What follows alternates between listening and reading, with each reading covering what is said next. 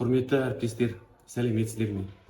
Мен сіздерге бүгін бөлісейін деп отырған тәжірибем ол PACE стратегиясы. Мен Қазақстан тарихы пәнінің мұғалімі Манатбеков Жұман. Қазақстан тарихы пәнінен өзім қарапайым түрде бір PACE стратегиясын ойлап таптым. PACE стратегиясы бізге оқушыларға сыртқы бағалауға көмек істейтін құрал. P тұлға, A оның әрекеті, S одан туатын салдарлар және I оқушының бағалауы. Және бұл әдісті мен 10-шы И сыныбына апробациядан өткіздім.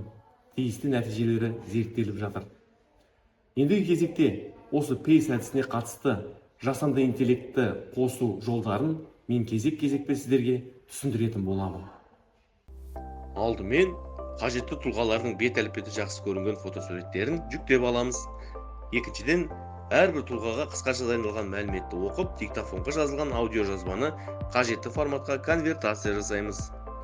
Үшіншіден, дайын фотосурет пен аудиожазбаны Hedra жасанды интеллектісіне салып, генерация арқылы жасау арқылы дайындаймыз.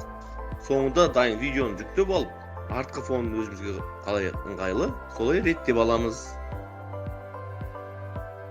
Мен Ахмет Байтұрсынов, қазақтың ақыны, әдебиет зерттеуші, ғалым, түркітанушы, публицист, педагог, Алашорда үкіметінің мүшесі, Қазақ газетінің редакторымын.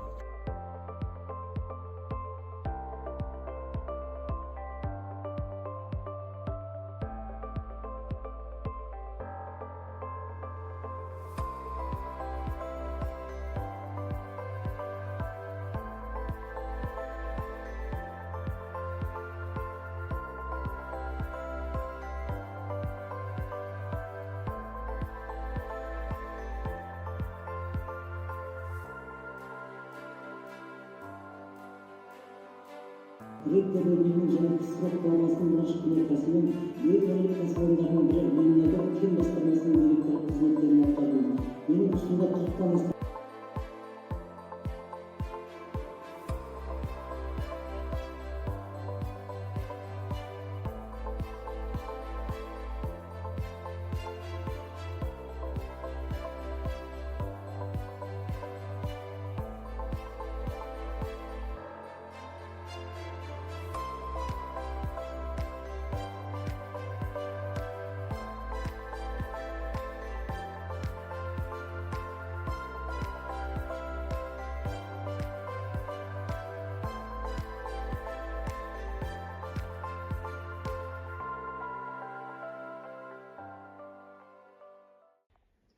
Берілген PACE әдісі оқушыларға тұлғаны бағалауда тиімді екендігін көрсетті.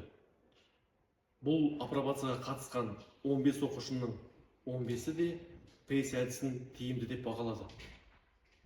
Әсіресе маған ұнағаны, осы PACE әдісті қолдана отыра, менің бағалауымды оқушылар көріп отырады. Мен бал арқылы бағалаймын. Және оқушыларға ауызша кері байланыс бере аламын. Міне осындай қарапайым ғана PACE әдісі жасанды интеллект арқылы жасауға қол жеткіздім.